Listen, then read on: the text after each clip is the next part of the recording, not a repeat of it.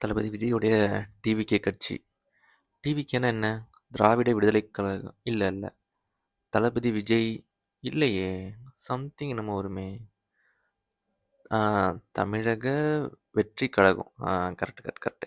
என்னன்னா, கட்சி ஆரம்பிச்சு ஒரு 3-4 மாதம் ஆளே காணோமா தளபதி, படம் அப்படி இப்படின்னு பிஸியாக போனதுனால எந்த ஒரு பொதுக்கூட்டமும் நடத்தலை, ஃப்ளாகும் இன்னும் ரிலீஸ் பண்ணல. அப்படிங்கிறதுனால நம்மளுக்கு வந்து டிவிகேங்கிற பேருக்கு ஃபுல் ஃபார்ம் என்னங்கிறத மறந்து போயிருச்சு.